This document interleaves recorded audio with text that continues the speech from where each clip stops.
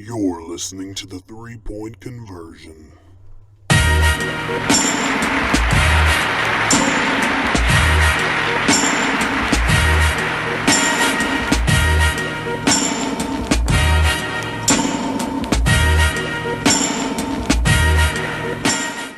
Hello, everybody, and welcome to another edition of the 3-Point Conversion with your hosts, Andrew, Queasy, myself, Jeremy, and our special guest in Ben Hester.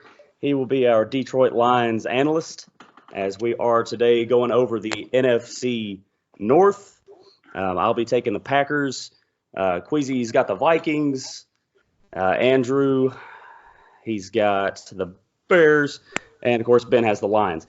So before we get started on all that, I want to let everybody know, please subscribe. Please subscribe and follow us on Twitter. Go check out the videos and tell your friends.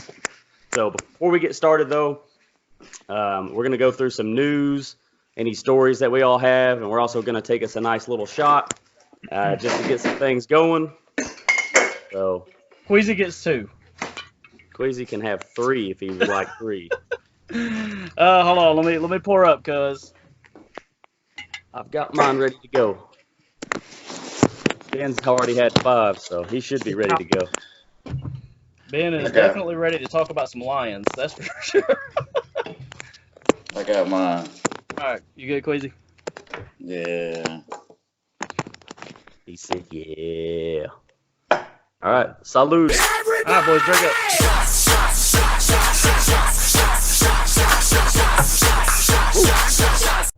Here's what's happening around the league.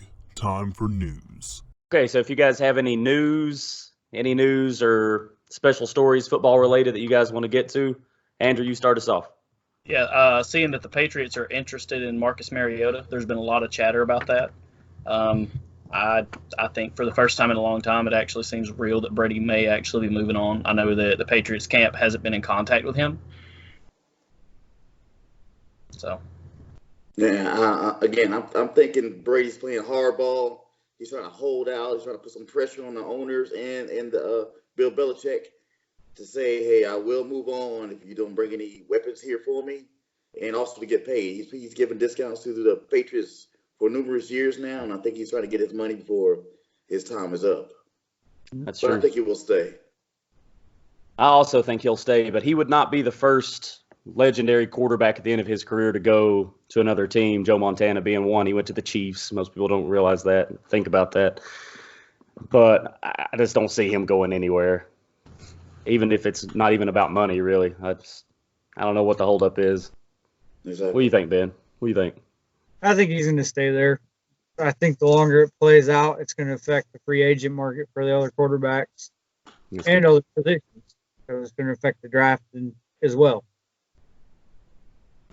It definitely will. I agree with you there, because right now everything's up in the air. You know, we're waiting on the first chess piece to fall here and see where the first quarterback in this carousel ends up, whether it be Phillip Rivers or Brady or, whoever, Mariota, like I said earlier. But, right now we're all just, Bridgewater. We're just sitting on watch right now.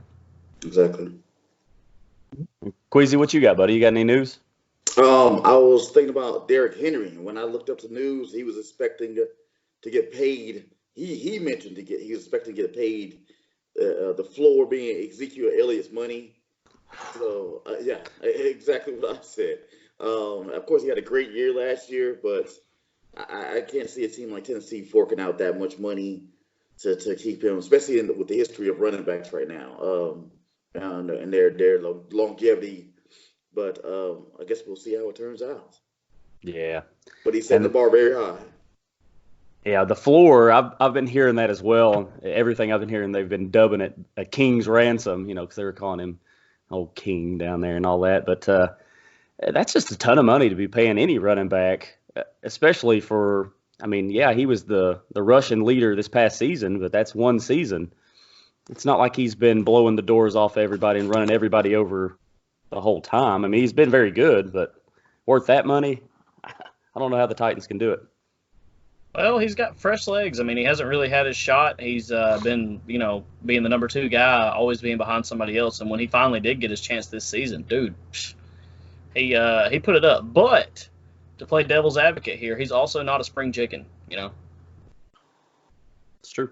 I think the Titans will end up paying up for him though. I mean, right now, he is their hero. The fans love him, coaches love him, teammates love him. I mean, like, I think they're going to pay him. I think how they'll sate him and how they'll get him to sign is the length of contract. And I think that's how he'll get his money. But how they'll probably put most of the money in the back end of the deal, and that's how they'll try to get around it as an organization. That's probably what they'll do. I can see that. What about you, Ben? What you think? King Henry. I was going to bring up a point about free agency and the collective bargaining agreement that may affect that. This being the last year with the collective bargaining agreement, each team has 2 franchise tags. So could they franchise tag him? The catch with that is if they get a new deal done before the start of the season, the teams will go back to only having 1 franchise tag. So that could mess up a lot of stuff for teams. And that's kind of what's putting a hold on some of the free agent talk right now. Those are real good points. That new CBA deal, I've seen a lot of big, high-profile guys coming out against it, and I've not really looked too far into it, so definitely need to do our homework there. Well, one thing that we should note about the CBA, even if we don't go into a lot of detail right now due to time constraints, is that a lot of these big-name players are against it. Like Stephon Diggs, I know he tweeted out against it today or last night, yesterday, day before, something like that. But it's going to affect a lot of these players who are making like the minimum salary, the base salary, which is it's going to give them, I believe, a 20% raise, and that is just about 50% of the league. So there's a lot to weigh here on both sides. Your star players and your guys who are just in it, just barely getting by doing what they do. No doubt. All right. If we got nothing else on that, I've just got a little bit of news. The combines just got kicked off. Just a couple of impressions from the quarterback side. I saw Love throw in. He looks really good. Not to be a negative person, but I know that's your boy, Andrew. He looks pretty bad. I think he's hurting himself. Eason looks good. Say that one name I really want you to say. The name I've been shouting all offseason. Say it. Yeah, so there's the one you want me to say is Jalen Hurts, and he does look really good. I think he ran the second fastest 40. His arm strength looks good. I don't know. I think it's second fastest. I swear I Go checked. check. We'll check. We'll fact check again right now. But him and Justin Herbert looks exceptionally well. Like, he's doing everything. He looks really, really good. And of course, with Burrow not throwing and Tua not throwing because of his injuries, I don't know if they'll slide too much, but I'm starting to hear the Herbert moving up. Whether that means Cincinnati 1 overall, speculate all you want, it won't matter. I'm pretty sure they'll take Burrow, but anyway. Other than that, the only other thing I really got from the combine so far is John Ross is still the fastest man to run the 40 at 4.22. Henry Ruggs III, the Alabama wide receiver, he did run a 4.28 and then a 4.31. That's when I was watching it. When I saw the time today, it was set at 4.27. So I don't know if they fixed his official time or whatever, but it's still very fast, and he looked real frustrated about it. So he's real fast, so take that for what you will. Other than that, that's all I've got for combine news. Cole McDonald ran a 4.58 and led the group. I've never even heard of this guy, though, but Jalen Hurts ran a 4.59.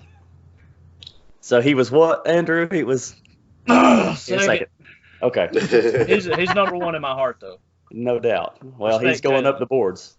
He'll be drafted before the other guy, that's for sure. Yeah. Ben, you got any news, my friend, you want to throw down on us?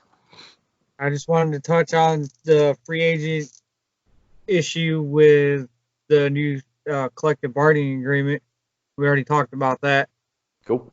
Another thing, the Redskins GM mentioned taking a quarterback with a second pick. Mm-hmm. And that's kind of thrown everything like in the fire as far as what everybody's draft boards are doing and how it's going to affect the team I have. Well, What I if mean, you- sometimes I feel like that's their intention, to throw everybody what everybody else is doing in the fire. I mean, they may have no intention of taking a quarterback. He may just be trying to screw with everybody because people think that it could be a possibility. And I like the strategy. I can't say I don't like a little dirty play there, but honestly, man, they need a quarterback. Haskins is not the guy. No. Agreed. That could be a situation like it was with Josh Rosen. Once you see something better there, you have an opportunity to get that to run and get it. Of course, I even heard of them trying to go for Jalen Hurts there. So I guess they'll see. I would like Hurts there.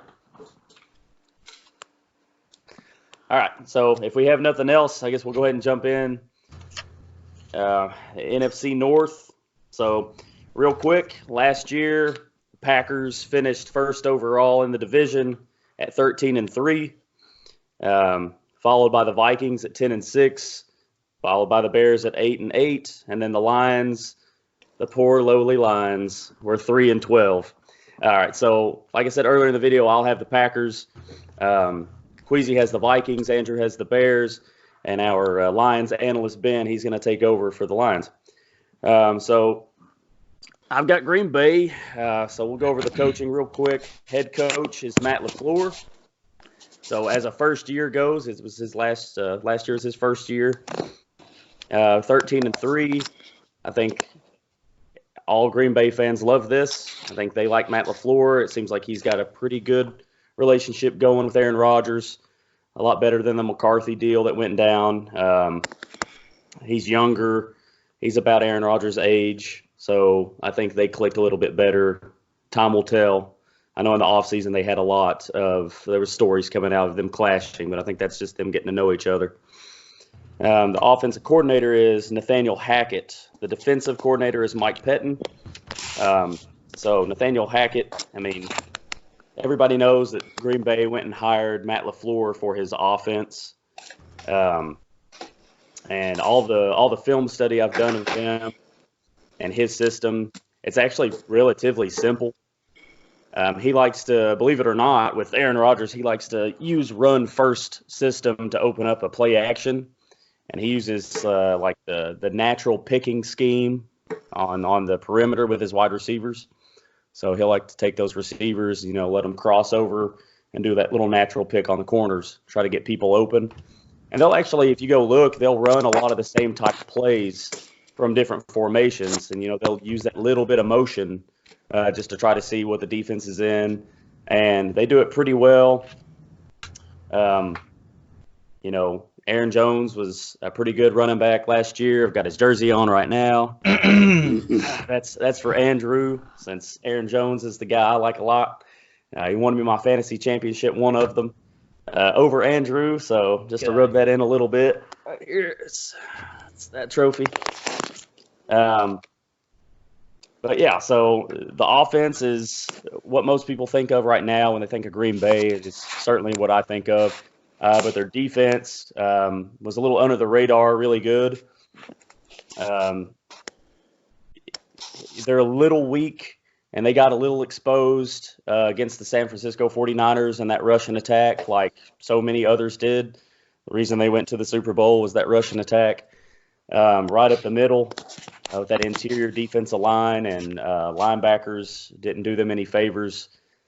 They were 13-3, like I said. 49ers in the regular season was one of their losses, and that's when they got exposed. And they're the same team that took them out in the playoffs. Their glaring issues or things that they need to improve upon is their vertical speed and their playmaking ability at wide receiver. So, of course, they have Devontae Adams at number 1. And I don't think anybody would oppose that this guy is towards the top echelon of number one receiver. But aside from that, they don't have a ton of playmakers. I think they've seen Marquez Scantling and all that, Geronimo Allison. And there's a couple receivers there that I don't think anybody's going crazy for. They've got stats. They've got measurables, I should say, that, would show that they might be pretty good, but we're not seeing it. That's one of the things they need to work on. And they're getting a little old on their offensive line, especially at right tackle. One of their free agents, and they're the biggest person they probably need to re-sign is Ryan Balaga. I know if Aaron Rodgers has anything to say about it, he's going to want him re-signed. So speaking of free agents, just to run through the list real quick, like I said, you have Ryan Balaga. He's not going anywhere. They're going to re-sign him. They need him. Blake Martinez, he's an inside linebacker. So, Blake Martinez, I actually like the guy, and I think he did well for the most part. But he was one of the guys that he doesn't cover very well, and he over pursues quite a bit, and that's what lets those rushing lanes open, and that's where they got exposed. And there's not really many good linebackers in there. It's probably one of their biggest needs to get up here in the draft. So interior line as well, like I said, on the defensive side. You also have Geronimo Allison, wide receiver. Jared Valdir, he's the backup tackle that actually came in for Balaga, but he got a little injured there. He did well. Mercedes Lewis, old tight end. He's gone, I'm sure. Traymon Williams, cornerback. Jay Goodson at linebacker. That's about it. So they have the 30th pick overall in the first round. Right now, from most of the things I've been looking at, it looks like they're taking Javon Kinlaw, D lineman out of South Carolina. So I think that's a pretty good pick for them. He would definitely shore up a lot of that run issue that they would have and maybe get them over in the next edge as far as going a little deeper in the playoffs. They could also take Raekwon Davis out of Alabama. Or I've seen a few that's got them taking wide receiver. Either the best available at that spot, because, of course, a lot of them are probably gone. But we're looking at Justin Jefferson being there and maybe taking him. But I'm pretty confident they'll take an interior defensive lineman, and then they'll look at addressing their other needs at offensive tackle, inside linebacker, and wide receiver, and tight end as well. I think they'll pick one up. Problem with tight end is there's not many good ones in the draft, and maybe 3 that are worth it, but how high you go to get them, I'm not sure if you actually take that high. Just a couple quick notes. So Aaron Rodgers is 36. So a lot of people are talking about, possibly taking a quarterback in the draft as his heir apparent.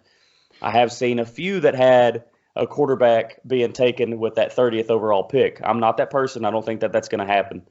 But if they did, they would pretty much put Aaron Rodgers on notice, at least for the future.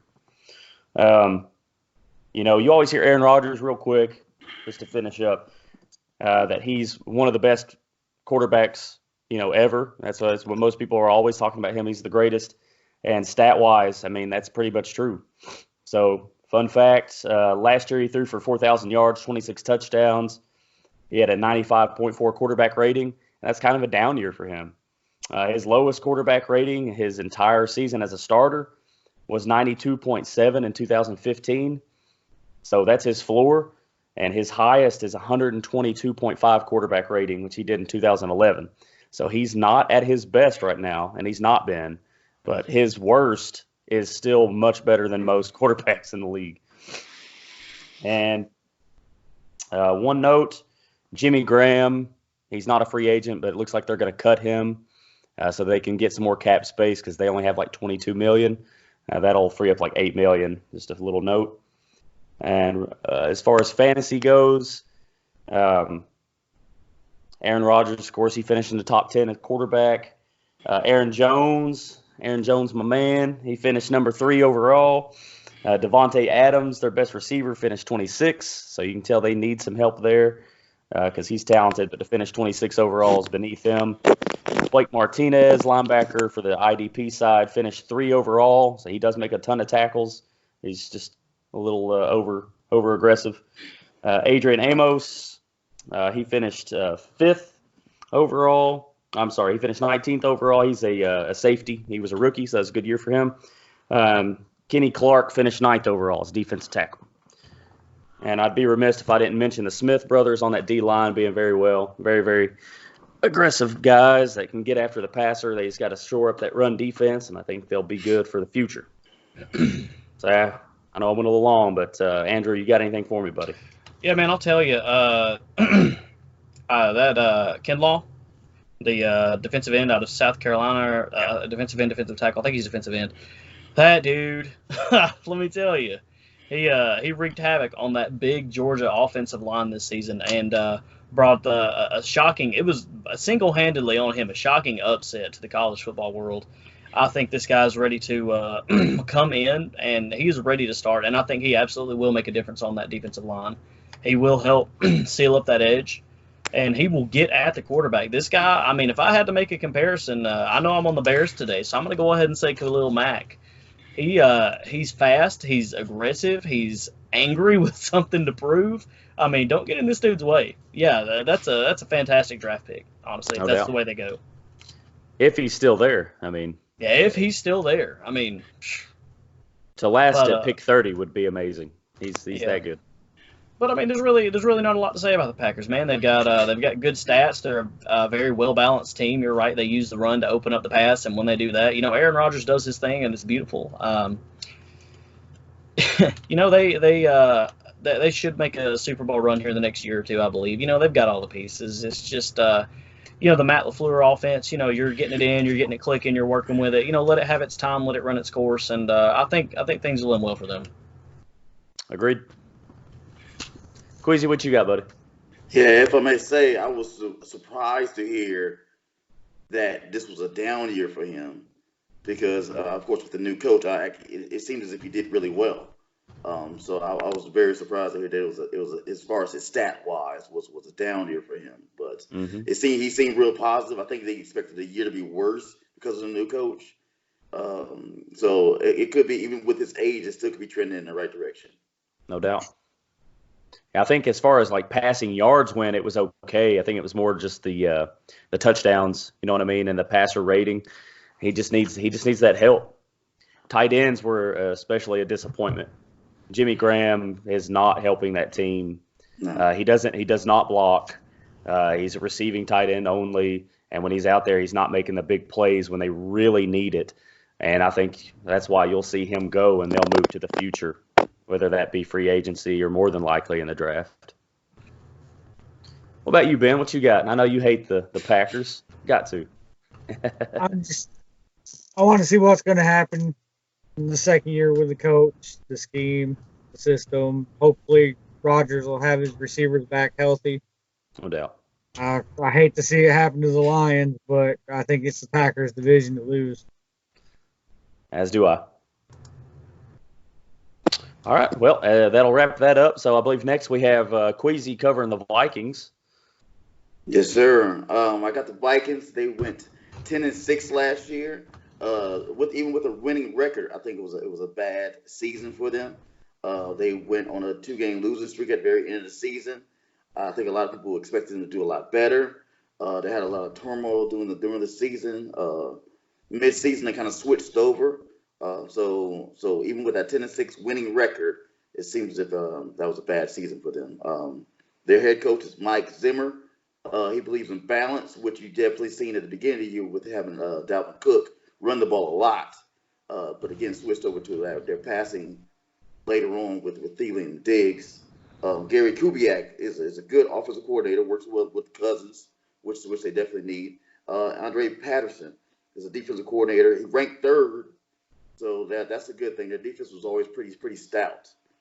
Their big need now is at cornerback. They have bad cap issues right now. Have a lot of guys they're about to lose. They're about to lose Rhodes, which was a cornerback. They're also probably about to lose Griffith, which I think is actually a defensive end.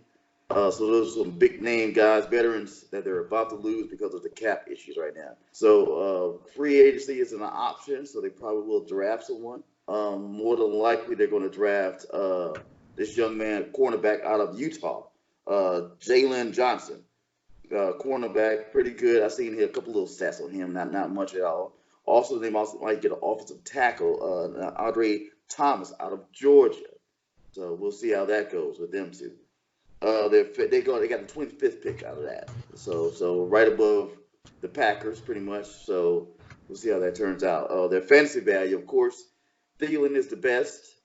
He was ranked 16th wide receiver, 16th, and then we have 24 with Diggs. Those two are the best for the fantasy. Cousins ended up 13th ranked quarterback, and Dalvin Cook, which I think dropped down because at the beginning of the year he was killing it, probably the number one running back at the beginning of the year, but ended up being the 5th ranked running back.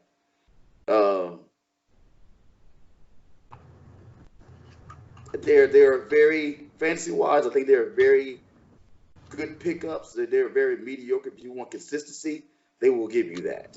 They're very consistent players as far as fantasy wise. Their season, I think it's going to end up being a worse season for them. Again, they had a lot of turmoil, especially with Diggs. I can see them giving him one more year, maybe even trading him during the season.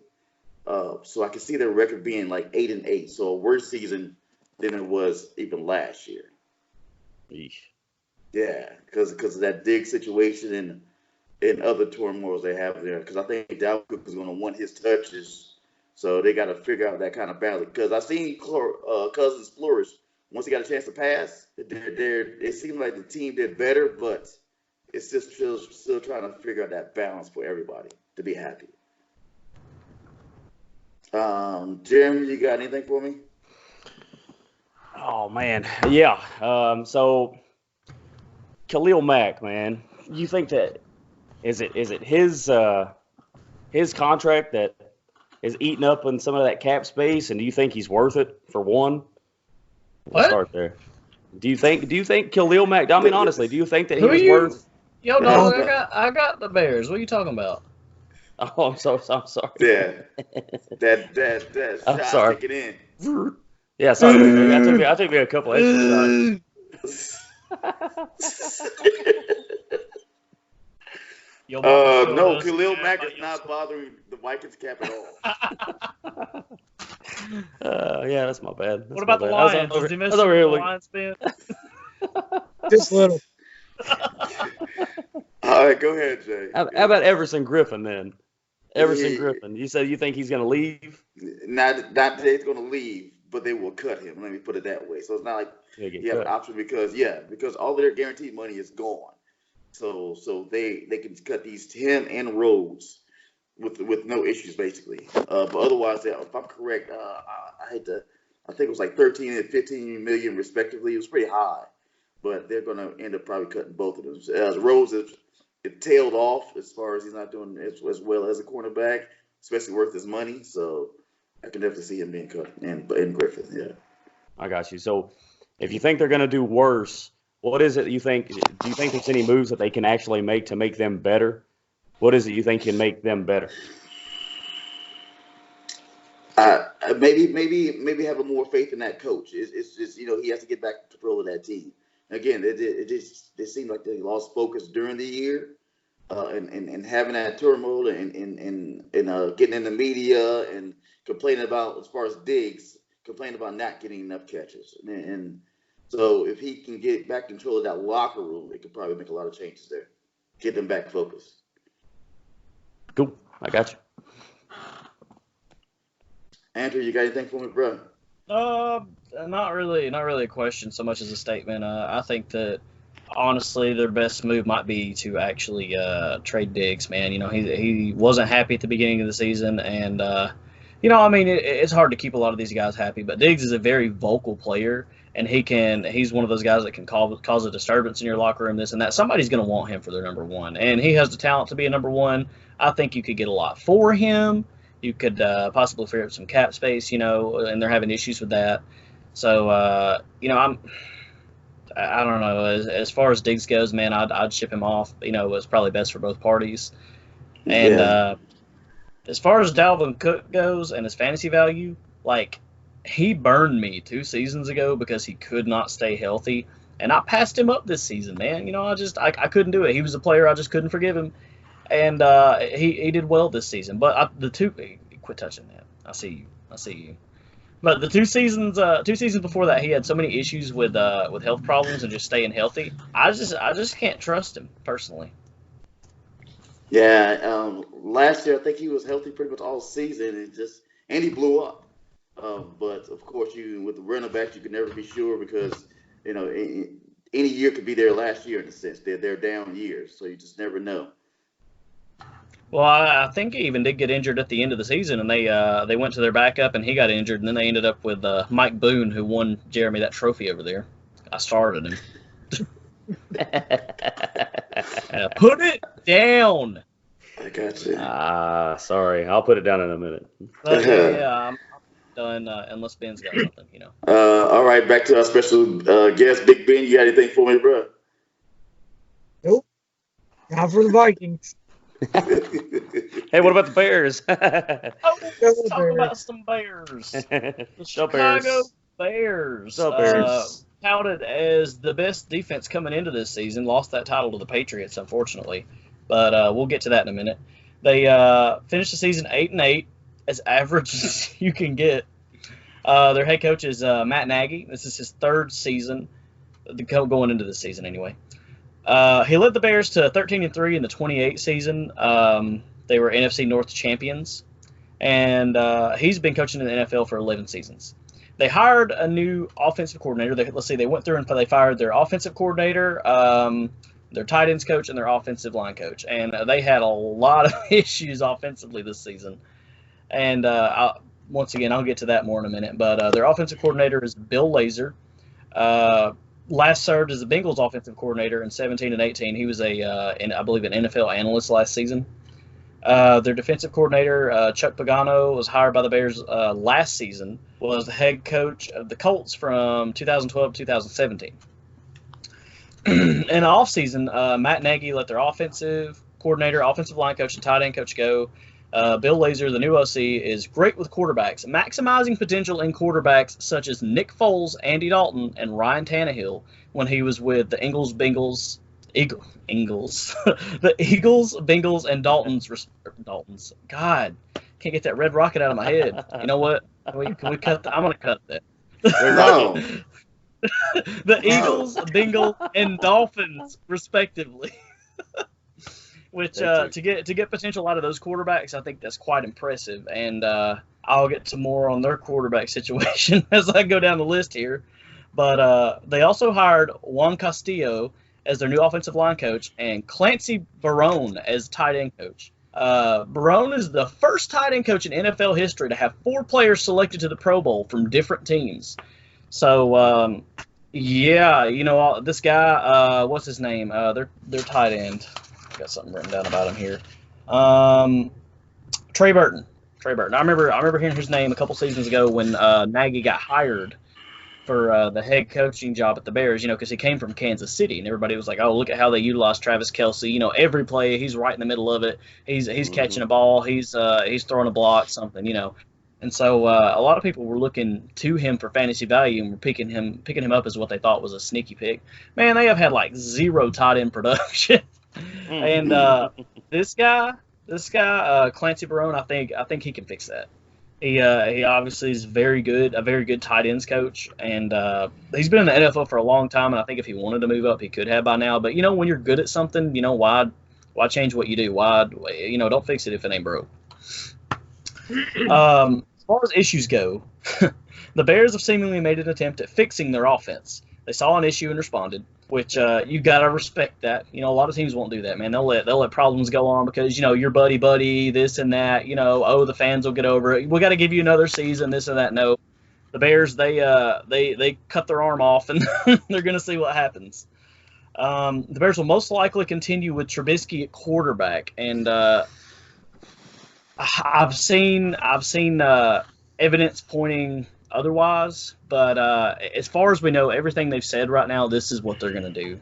But honestly, with their first draft pick, which is in the second round pick, 43, I believe.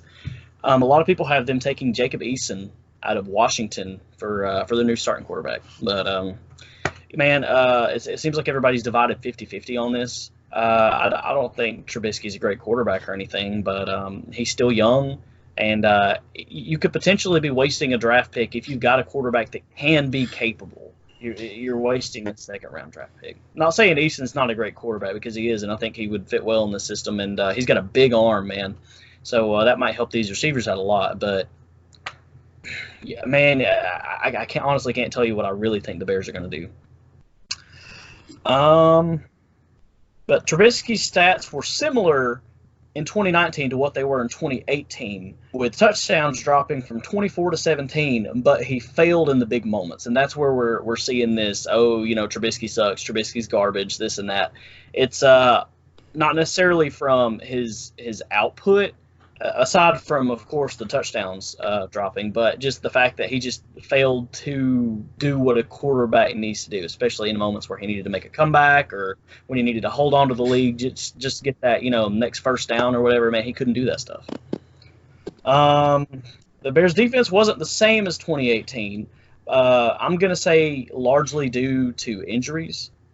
And they just really weren't able to close up games like they were in 2018. But hopefully we'll see a bounce back from that, which is why I think none of the defensive staff was really moved.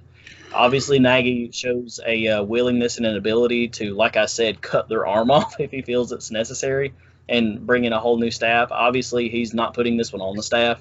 So I'm expecting them to have a defensive bounce back. Their cap space is not looking good, with only $16,640,111. Like, wow. But as far as their free agents of note go, they don't have many. They've got Danny Trevathan, which I definitely think he'll get re-signed. That dude, these past 2 seasons, he's really stepped it up. I know he was injured this past season, but, hopefully he didn't lose a step. I know he's a little bit older, but we'll see. Free safety HaHa Clinton-Dix, which I think they acquired him from Green Bay last season, maybe the season before. He's probably going to be asking for a little bit of money, though. He was pretty good. Defensive tackle Nick Williams and linebacker Nick Kwiatkowski. What a name. Good try. It's a white dude. It's got Anyway, as far as fantasy goes, there wasn't really anything of note besides Allen Robinson. He came out of the woodwork, came out of nowhere, and really, he's the only guy on this team that you could rely on generally week in and week out. You had busts like Mitchell Trubisky, who I actually drafted personally before Lamar Jackson. Yeah, I still got Lamar, thank God, but, David Montgomery was a huge bust. Everybody was seeing a lot of him. He was looking really good in the preseason. But sometimes we fail to forget that that's the preseason. He's going to get second and third string, and he's going to look a lot better. But dude was just a total bust this season. Tariq Cohen, a lot of people put a lot of value in him as well, and he just didn't see the field nearly as much and wasn't utilized in the way that he should have been. I'm not going to blame that on his talent. I'm going to say I think he's a great I'm going to call him a scat back. Forgive me. But I think he's good. He just needs to be used more, especially in a Matt Nagy offense. I know you can find a way to work this guy in. And, of course, we already talked about Trey Burton. Florida. In 2020, look for Trubisky to possibly have a turnaround with the new offensive coordinator. Like I said, this guy's really good with quarterbacks. I know it sounds gross, but he might be a late-round steal for you, and he may end up actually being worth something. I would also look for an improvement at the tight end position because of the new tight ends coach they're bringing in. He has a proven track record, and dude's solid. So we'll see. I would continue to shy away from the running back position as of right now until we possibly see some changes, but I wouldn't look there for any fantasy value. A couple of facts and stats. Their points for was ranked 29th with 280, which is awful. And their points against was 4th with 298. So basically the opposite of the Tampa Bay Buccaneers, which I covered just a few days ago here. And Khalil Mack had 8.5 sacks on the season, which seems surprisingly low.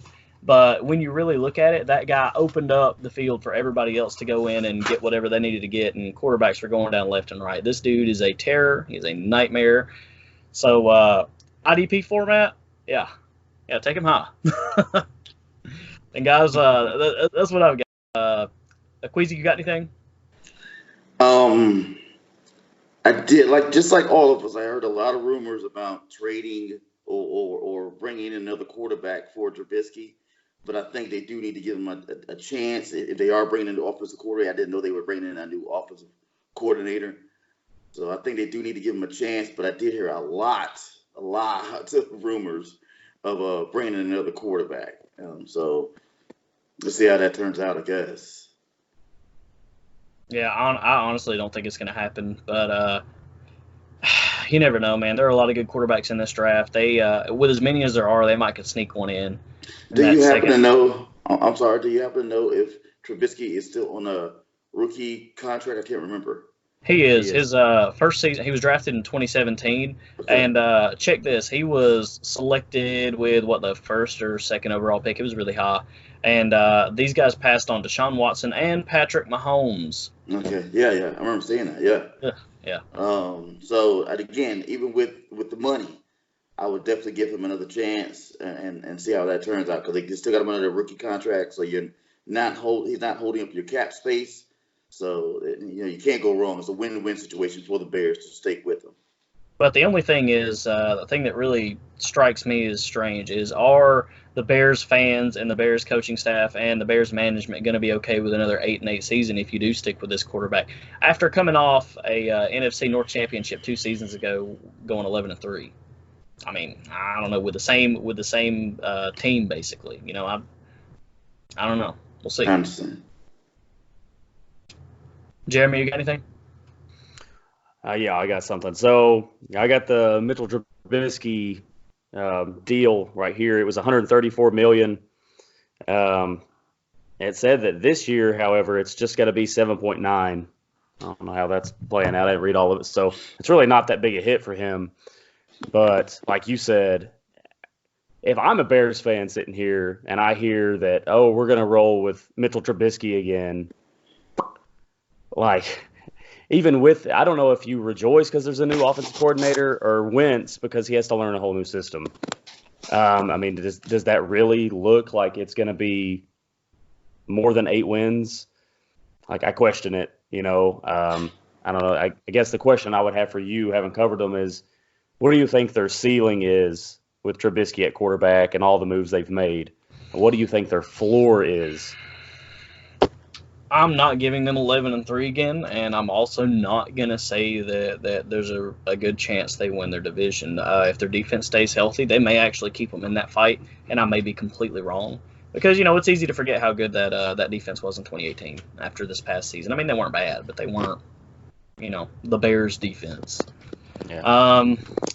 Man, I'm going to say, I think if this offensive coordinator thing works out, Bill Lazor, he's really, really, really good with quarterbacks. Trubisky has talent, and he's smart. He just makes poor decisions. If we can fix that, and maybe a little bit of footwork or something, just something simple, I'm saying they might can hit 9 or 10 wins. I got you. Possibly a wild card berth, but I don't think they're going to be able to top the Packers, honestly, and maybe even not the Vikings. 10-4. Actually, for the record, I really actually like Bill Lazor. So, I mean, I think it was a great hire, honestly. I really do. As a neutral party here, I like it. How does Ben feel about it? Yeah. Once again, Ben, thank you for joining us. Do you have anything on the Bears? Did they address their special teams issues? I didn't see anything about special teams. I'm assuming everything's going to be essentially the same as it was. Because I know the last 2 seasons they've kind of had a problem with making field goals. Yeah, place kicker. Yeah, man. I mean, the thing is, you can get a fairly decent field goal kicker. A kicker undrafted. Right. Just, kind of look at the guys after the fact. Unless you're Alabama Greg, then you're going to take 3. No, but yeah, no. I mean, they need to do something. Really, they do. I know there was a couple of games last season when. What's happening? What's happening? Yeah, what's happening, Queasy? What's going on? I lost a bet. There was a couple of games when they when they lost due to their field goal kicker, but I mean that's one of those things, like, it's completely on you. It's not one of those, oh, do we have to take a guy this high in the draft? Do we have to do this? Do we have to do that? No, man. Just all you have to do is just go out and fix it, and it's not going to cost you much. Just do it. Just fix it. Rodrigo Blankenship looking pretty good at that combine. No doubt. If they need a running back, they should probably get Swift. Get out. Fix it. So that's the bet that we had. Me and Queasy had a bet that Andrew wouldn't. So Queasy said he would not last through 3 segments. Just took it straight from the bottle. 3 segments without mentioning DeAndre Swift, because he loves that dude. He's a Georgia Bulldog. So I win, but I'll still take a shot because it's fun. Ain't nobody need a running back. Not yet, anyway. That never stopped you before. Chicago could No. could use DeAndre Swift. I give Swift a plug, but only when the team needs it. Only when he deserves it. But yeah, I'm done. So I guess we can move forward with Ben if you're finally ready to give us your breakdown on the Lions. Do it up, Ben. So Got it. I have the Lions. They finished the season 13-12-1. 10 of their 12 losses were by 7 points or less. So they played in a lot of close games, even though they had the second worst total defense in the league, tied for second worst with the Dolphins. The only ones worse than them were, I want to say, the Cardinals. They have roughly $50 million in cap space, so they can do a lot in free agency, which they're going to need to. They have 4 defensive tackles that are going to be free agents. They're going to need some offensive line help. They have 3 guards that are going to be free agents. So they're going to have to address those issues. They're looking at letting most of them go.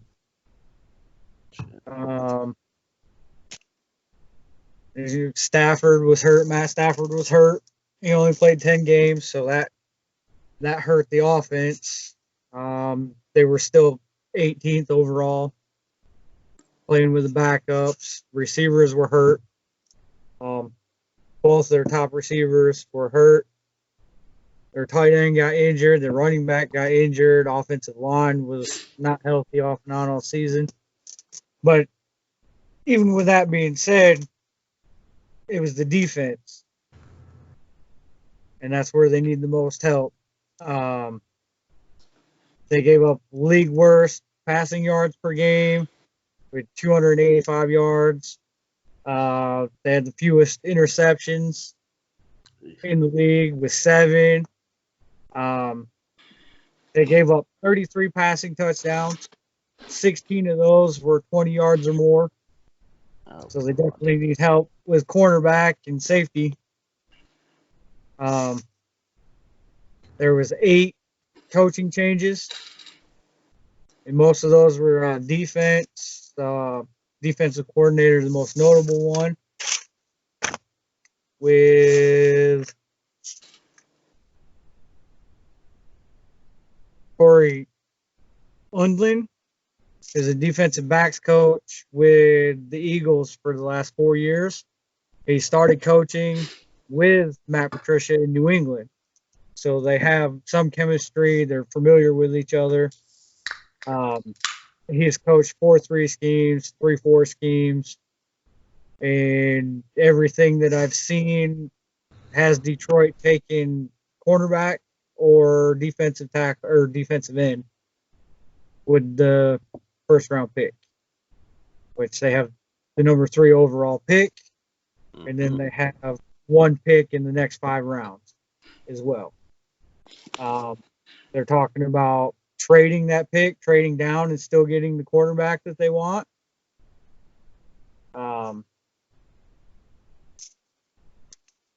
Which is out of Ohio State. Cool. Yep. Acuna. He's 6'1", 200 pounds. Last year, he only allowed 12 first downs while he was on coverage and only allowed 1 touchdown. So he's a shutdown corner. the college level, and that pains me to say that, being a Michigan guy. But pair him with Darius Slay, and that would be a major improvement in the secondary for Detroit, and that would go a long way in getting them to what could be a 7-6 season, 8-8 with a push, but in the right direction. No doubt. They replaced their defensive backs coach, their linebackers coach, special teams coordinator.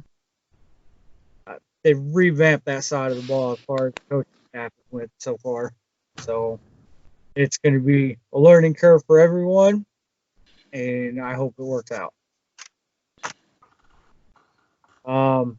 As far as fantasy, you have Kenny Galladay, which when he wasn't hurt, he had good numbers. He's projected is wide receiver 2 with a wide receiver 1 upside.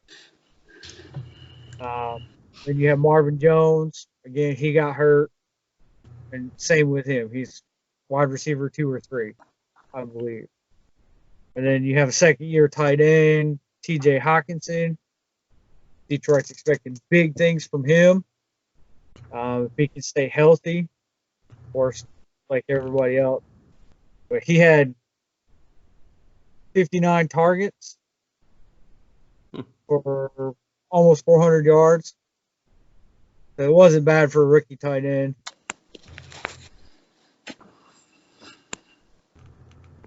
And that's about all I got on the Lions. Trade rumors for Stafford.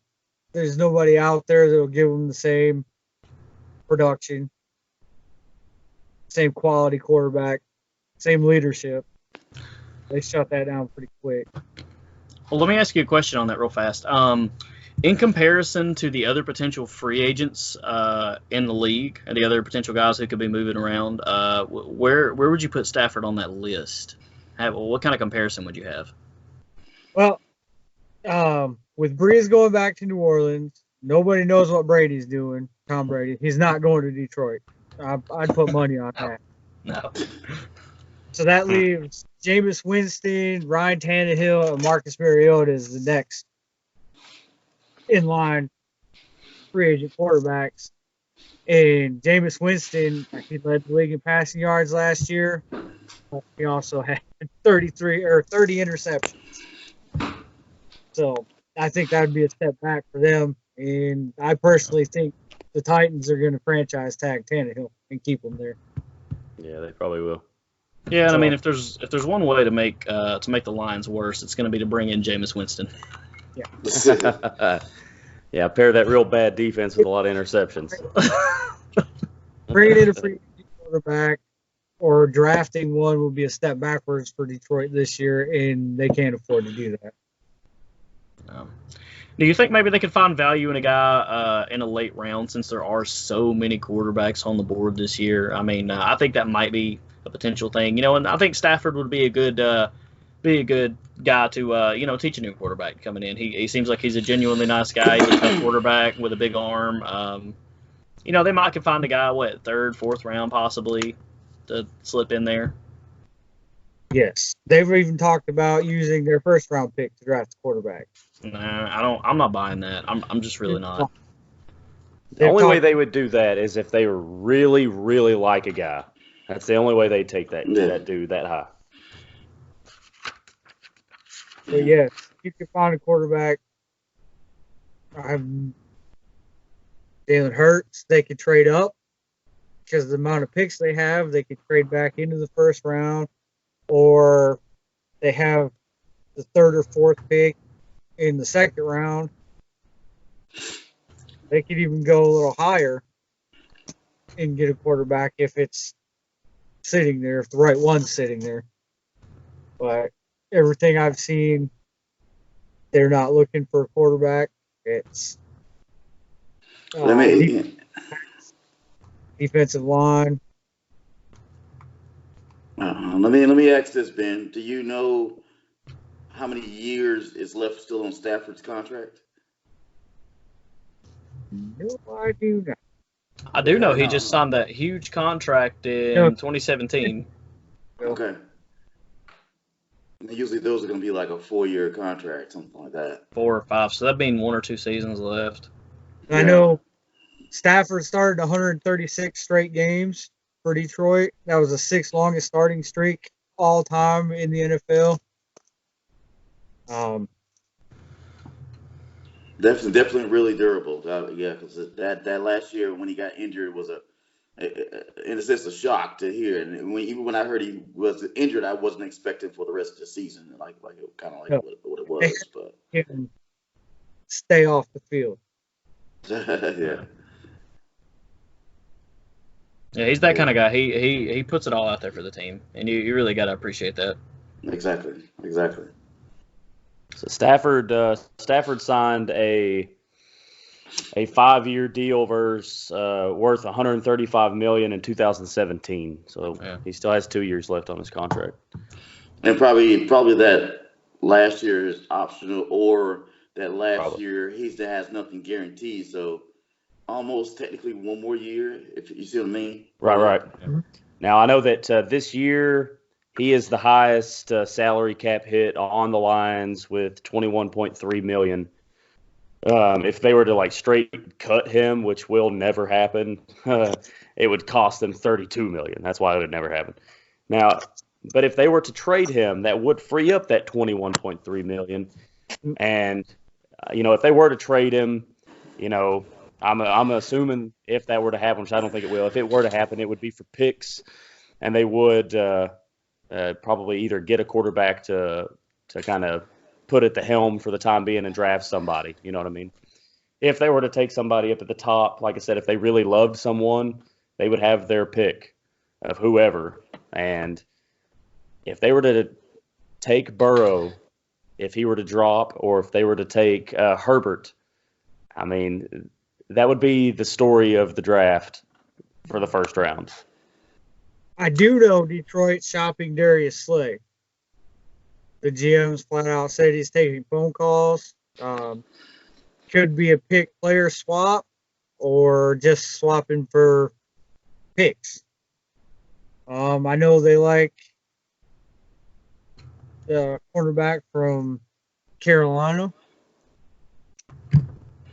Bradbury. Yeah, James Really? Bradbury. fast. It's fast. And he is definitely leaving Carolina. Yeah. With the Darius Slay trade, if they were to get rid of him, it'd only be like $2.9 million dead cap space hit. And they would save $10.5 million on the cap if they did trade. Huh? That's the only move that I've heard them making or talking about making so far. Well, Ben, I think it was definitely great having your insight on the Lions. We appreciate it as somebody who stays close to the franchise and keeps up with everything that's going on. Thanks for helping us out with clearing up a couple of rumors and a couple of I'm going to call them conspiracies that have been floating around about Stafford and the draft and possibly Tom Brady, whatnot. But yeah, man, we appreciate having you on and thank you for your help in breaking down the Lions and the other teams. No doubt. Yes. Before we break it down, you want to give a final predictions on the NFC North, Andrew? Oh, give me Just give me an order, man. 1, 2, 3, 4. I'm. It's gonna stay the same. I'm saying, you know what? I'm gonna throw a wild card in there. Let me bump the Bears up to number 2. We're gonna say Packers, Bears, Vikings. I'm gonna say they drop off a little bit on the offensive production, and then I'm gonna say Lions, unfortunately, at the bottom. What about you, Queasy? What you got? I got the Packers, Bears, Lions, and then the Vikings at the end. Ooh. Yeah. Nice. Ben, how about you, buddy? What you got? I think it'll stay the same way. Same way? Packers, Vikings, Bears, Lions. Yeah, I'm tempted to drop the Packers and actually put the Vikings over it just to put a little parity in there.